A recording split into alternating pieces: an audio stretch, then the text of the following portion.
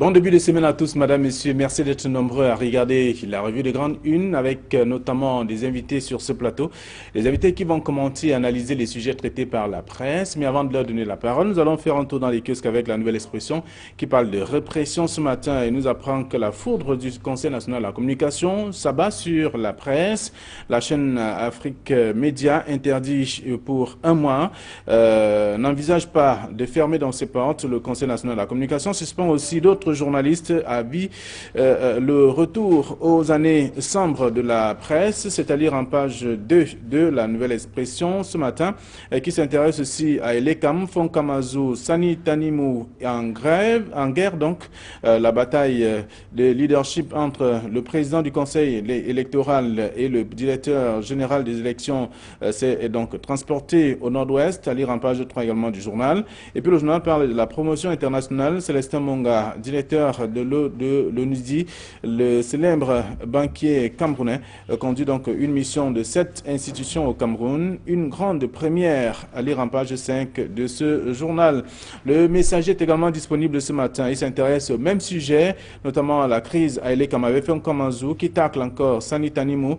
Donc le président du conseil électoral désapprouve les sanctions prises par le directeur général des élections à l'encontre des personnels à lire en page 2 du journal. Et puis le journal parle aussi des sanctions. Le Conseil national de la communication frappe à nouveau les médias, journalistes, radio et télévision suspendus. Le sort des quotidiens, le Messager, mutation et émergence en suspens.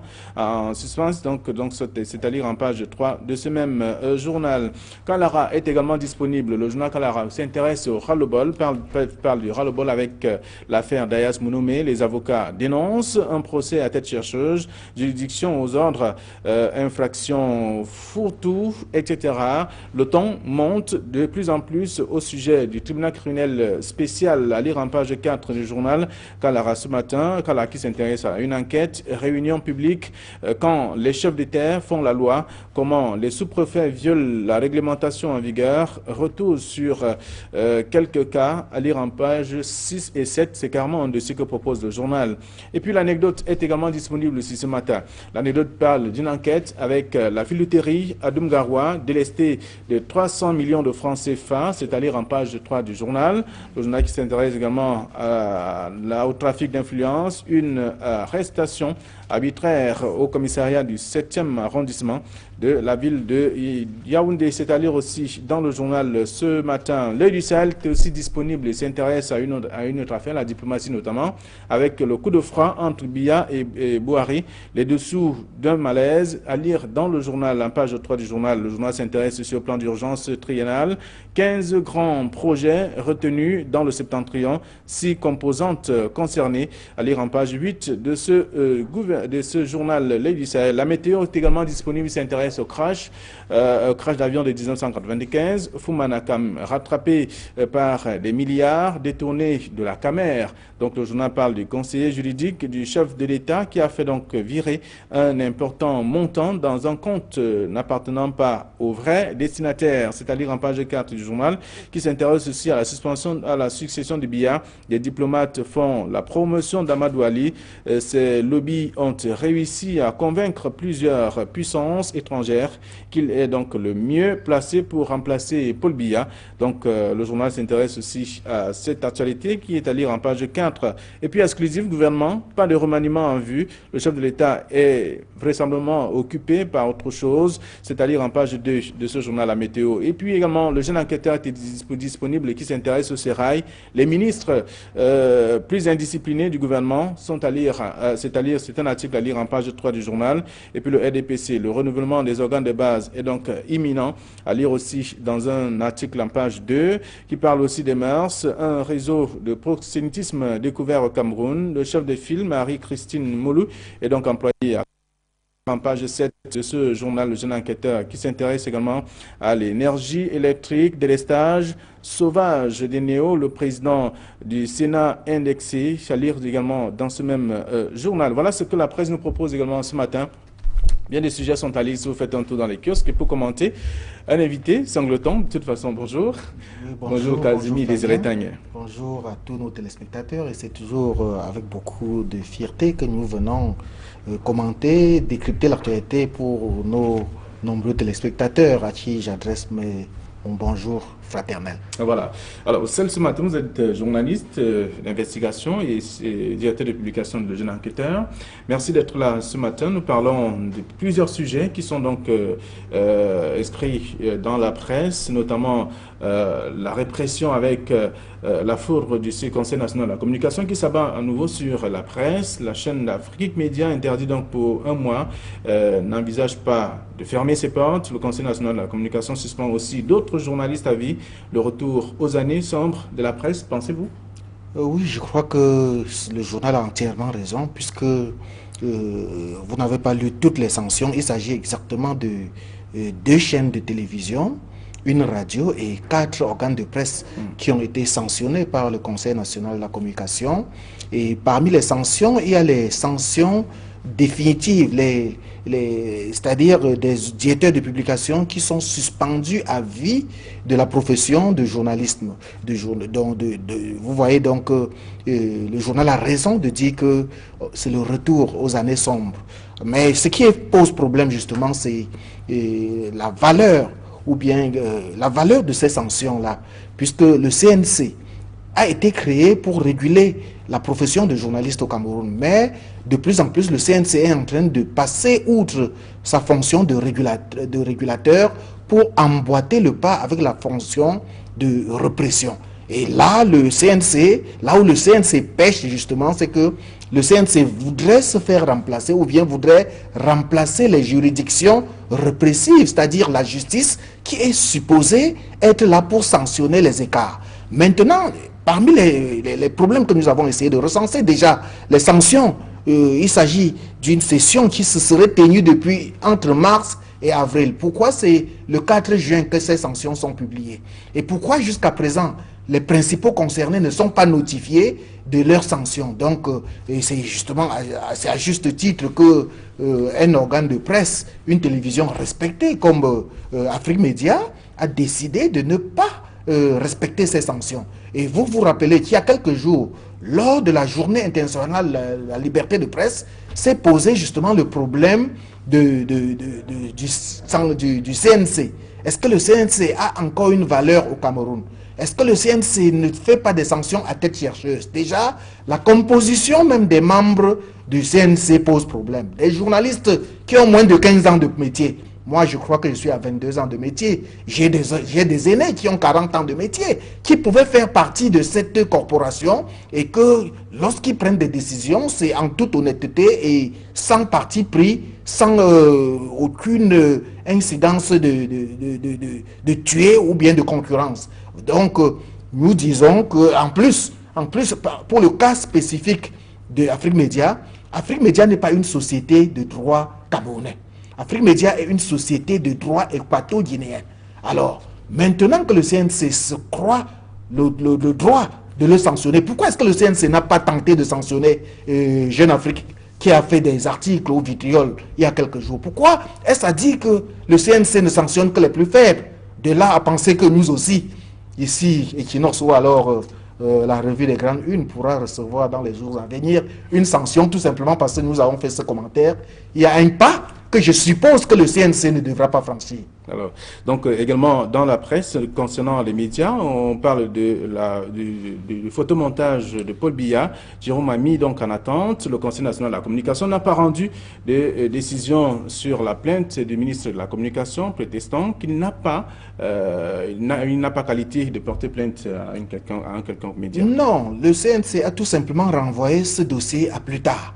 C'est-à-dire il s'agit des 3 organes de presse dont Issa Chiroma avait porté plainte pour les histoires de photomontage, le messager, émergence, mutation, le cas a été examiné malheureusement d'après les informations qui nous sont parvenues, nous, journalistes d'investigation, des informations nous sont parvenues selon lesquelles les membres du CNC ne sont pas parvenus, n'ont pas trouvé l'unanimité. Ils se sont déchirés carrément sur ce cas et ils ont renvoyé ce sujet à plus tard. Alors, mais le problème justement qui se pose, c'est de savoir si le CNC n'est là que pour sanctionner. Nous n'avons pas encore vu un seul cas où le CNC a apprécié un travail de journaliste au Cameroun. Le CNC ne serait donc là que pour sanctionner.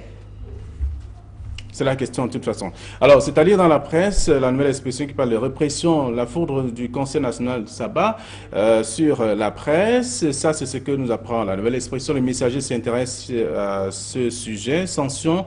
Le Conseil national de la communication frappe à nouveau les médias, journalistes, radio et télévision suspendus. Le sort du quotidien Le Messager, mutation et émergence en suspense. Donc, c'est à lire aussi dans le journal ce matin. Un autre sujet qui est traité par la nouvelle expression, c'est également l'affaire Lekam, Fonkamazu Sanitanimu en guerre. La bataille de leadership entre le président du conseil électoral et le directeur général des élections s'est donc transporté du côté du nord-ouest. Exactement, parce que le président du conseil électoral devra faire une tournée à partir d'aujourd'hui dans la région du nord-ouest. Et en prélude à cela, il a offert une conférence de presse aux hommes et aux femmes de médias en fin de week-end, où il a, en répondant aux questions des journalistes, il a démontré que les sanctions que son directeur général venait d'infliger à certains membres de l'ECAM sont nulles et de nul effet. Il s'agit justement de quoi? Il s'agit de certaines personnes qui étaient allées à un séminaire organisé par une organisation internationale. Et aujourd'hui, ces personnes avaient reçu des sanctions du directeur général Sani Tanimou. Et aujourd'hui, le président du conseil, Fonkam Azou, a décidé de déclarer ces décisions nulles et de nul effet. Ce problème pose justement la cacophonie qui existe entre les structures et les organismes camerounais. Vous avez vu, même au sein du gouvernement, lorsque le Premier ministre a pris des décisions, il y a des ministres qui font le contraire et vice-versa. Donc, dans tous les cas, ce n'est pas la première fois que l'on vit une déchirure pareille au sein de l'ECAM. Et nous croyons que ça montre justement que le verre est dans le fruit. Pendant ce temps, ceux qui pâtissent, c'est justement les électeurs qui devraient s'inscrire sereinement et qui sont embourbés dans cette histoire, dans cette sorte de bras de fer qui existe entre le président du conseil électoral et son directeur général. Alors, donc le sujet est à lire dans la nouvelle expression ce matin. Il est comme Fonkamazu, Sanitanimu en guerre. Et le messager parle également de la crise à Elekam. Fonkamazu tacle encore Sanitanimu. Donc le président du conseil électoral désapprouve les sanctions prises par le directeur général des élections à l'encontre des personnels. À lire en page 2 de ce même journal. Un autre sujet de ce matin, c'est celui que nous propose le jeune enquêteur sur l'énergie électrique de l'estage sauvage des Néo. C'est un problème réel parce que depuis ces 3 derniers mois, Eneo est en train de démontrer son incapacité. Son directeur général a fait une sortie pour essayer de rassurer il y a quelques jours au cours d'une conférence de presse, mais jusque-là, nous constatons que c'est pratiquement des mensonges que Eneo est en train de servir au public parce que Eneo n'arrive pas à remplir sa mission qui est d'offrir l'électricité aux Camerounais. Vous voyez comment les PME, PMI et même les grandes structures peinent à se relever en ce moment même où les enfants sont supposés être en train de préparer les examens de fin d'année scolaire et les examens officiels. Ils n'ont pas la possibilité de réviser leurs devoirs avant d'aller composer. Et pendant ce temps, les factures ne baissent pas, les factures ne font que grimper. Pendant qu'on coupe l'électricité pendant des jours, d'ailleurs même, à l'heure où on est en train de faire cette émission, il y a un artiste, une metteur en scène qui est en grève devant la direction générale de Eneo, tout simplement parce que son spectacle programmé la semaine dernière n'a pas pu avoir lieu. Et l'artiste est en train de demander des comptes à l'entreprise Eneo, et je ne sais pas jusqu'où ça va aller. Entre autres choses, Qu'est-ce que Eneo? Eneo est en train de nous dire que c'est la baisse des cours d'eau dans la Sanaga. On parle de la période d'étiage. Alors, qu'est-ce que Eneo a fait des centrales à gaz comme Yassa et comme Kribi? Il nous revient tout simplement que Eneo n'a pas les moyens, ou bien ne veut pas mettre les moyens pour faire fonctionner la centrale à gaz de Kribi et la centrale à gaz de Yassa qui a été inaugurée en grande pompe par le chef d'État lui-même, puisque il faut environ 10 milliards de francs CFA pour la centrale à gaz de Kribi, pour que ça tourne, pour que ça produise l'électricité escomptée, et il faut environ 3 milliards de francs CFA pour la centrale à gaz de Yassa. Ce qui revient à dire que Artis, qui a hérité de ASONEL, est-ce que Artis a vraiment les moyens de sa politique? Est-ce que Artis, parce que nous interrogeons, nous espérons que les jours qui suivent, Artis va vraiment répondre favorablement, parce qu'on reconnaît que c'est le nom Eneo que les Camerounais ont adopté, mais en réalité, l'opérateur qui est chargé, c'est Artis. Et il y a un autre problème que d'ailleurs le jeune enquêteur a révélé, c'est ces poteaux en bois que ASONEL ou bien Artis ou même Eneo a adopté, de toute façon. Et des poteaux qui tombent tous les jours, et des poteaux qui tuent. Nous avons dénombré environ 19 personnes qui sont décédées dans des incendies ces derniers jours. Plus le monsieur qui a été écrasé par un poteau électrique, ça fait exactement 20 personnes mortes en quelques mois par le fait de Eneo. Cela sans compter les industries qui sont en train de fermer, sans compter les appareils électriques et autres que vous pouvez imaginer. Alors, donc, le jeune enquêteur propose tout un dossier sur la question, à lire en pages 4 et 5 de cette question des délestages sauvages des néos, à lire dans le journal. Le journal s'intéresse aussi au sérail, les ministres les plus indisciplinés du gouvernement. C'est un article à lire en page 3. Ce n'est un secret pour personne, c'est des ministres que tout le monde connaît. Chacun a vu les actes de ces ministres, chacun a vu l'insubordination qui existe entre Amadou Mouna et son chef hiérarchique qui est le Premier ministre. Chacun a vu exactement la rébellion qu'a organisée le ministre de l'Agriculture, Essimi Meigné, tout simplement parce que ces nominations n'ont pas été validées et il s'entête et il les a installées. Donc je ne veux pas trop commenter cet article parce que c'est des faits réels, c'est des faits qu'on connaît, et justement parce que nous sommes habitués... fait savoir que Amadou Mouna, la cadette sonne bien sûr la rébellion, et également Essimi Meigné, donc les nominations à problème, quelques faits du genre cités par le journal. Puisque si nous disons que Amadou Mouna et Philémon Yang ont le même géniteur, je crois que le CNC ne nous frappera pas. Parce que c'est la vérité. En tout cas, c'est à lire dans le journal Le Jeune Enquêteur ce matin. C'est Rail, les ministres les plus indisciplinés du gouvernement. C'est à lire en page 7. On va parler également de la grève dans les hôpitaux publics avec la nouvelle expression de ce matin qui fait savoir que la grève continue malgré le communiqué des services du Premier ministre du jeudi 4 juin dernier.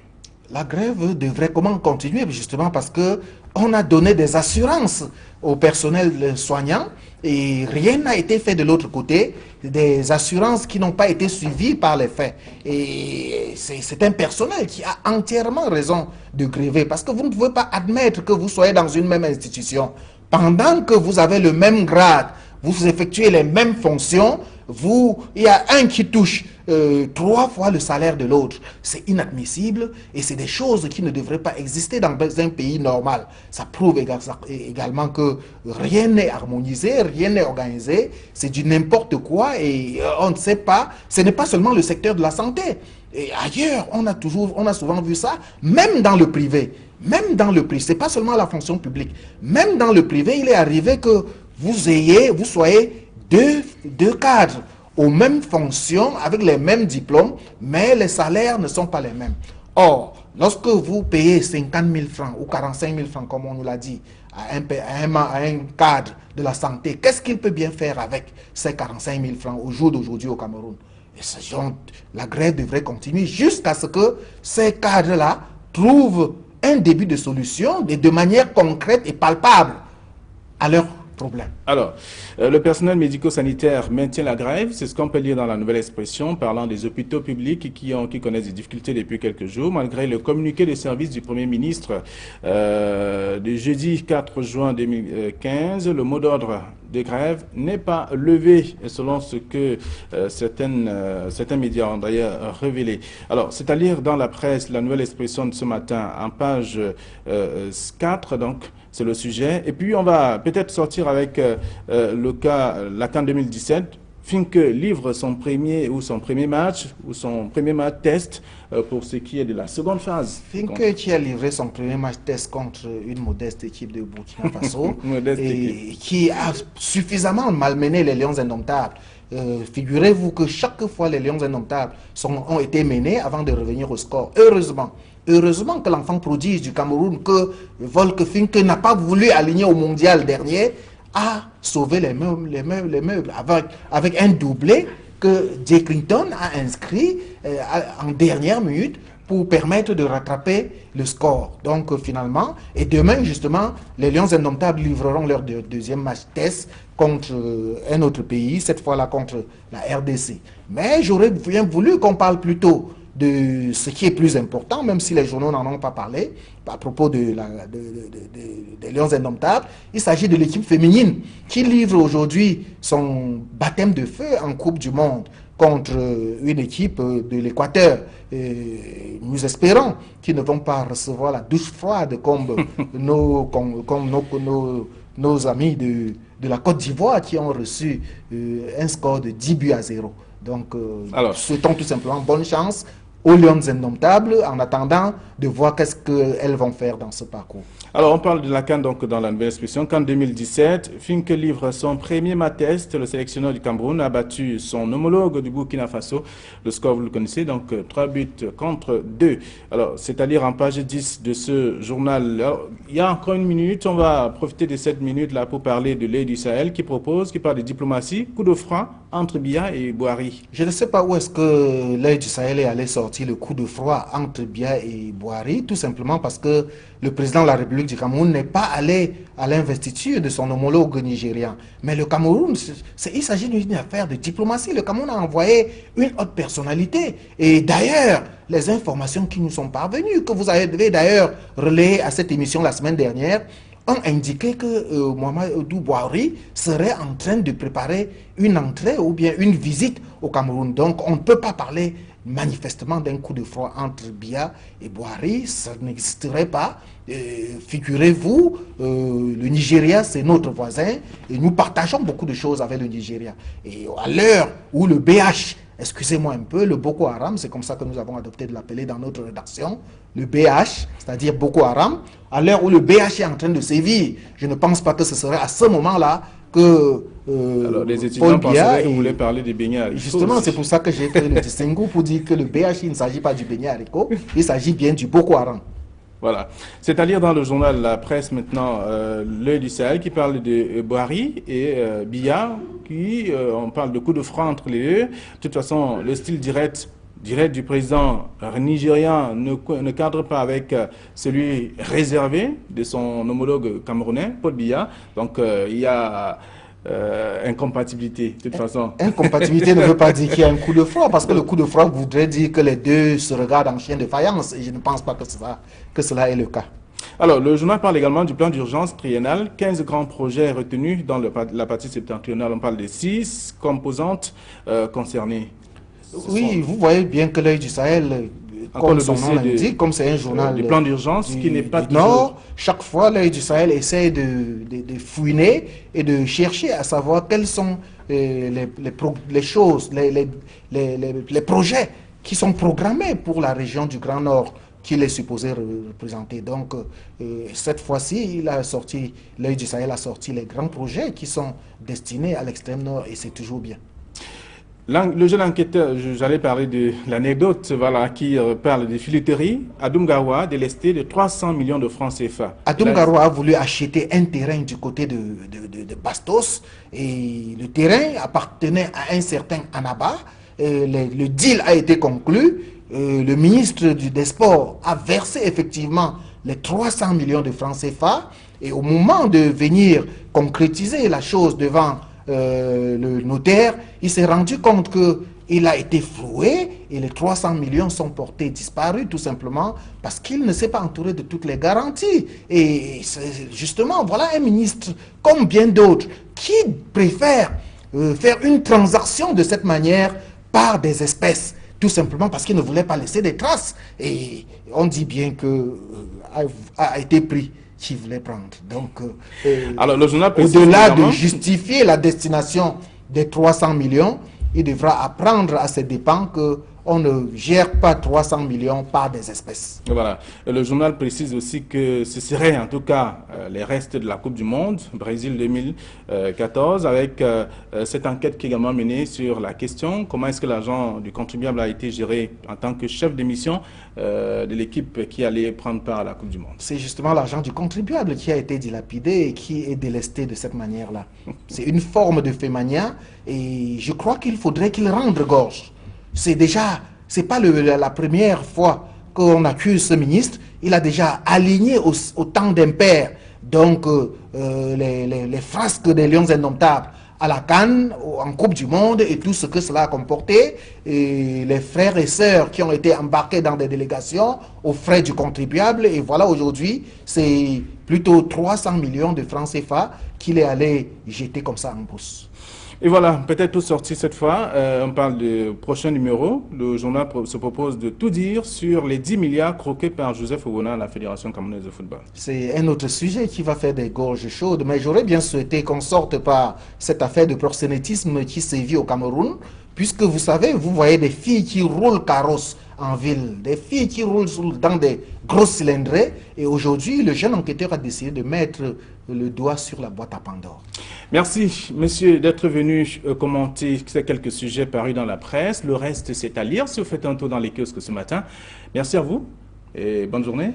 Bonne journée à nos téléspectateurs et nous serons toujours là, nous remplirons toujours notre devoir de leur faire décrypter l'actualité. Et voilà, donc le prochain rendez-vous avec la revue des grandes unes, c'est demain lorsqu'il sera à 9h30. D'ici à la restez sur Equinox. Au revoir, bonne journée à tous.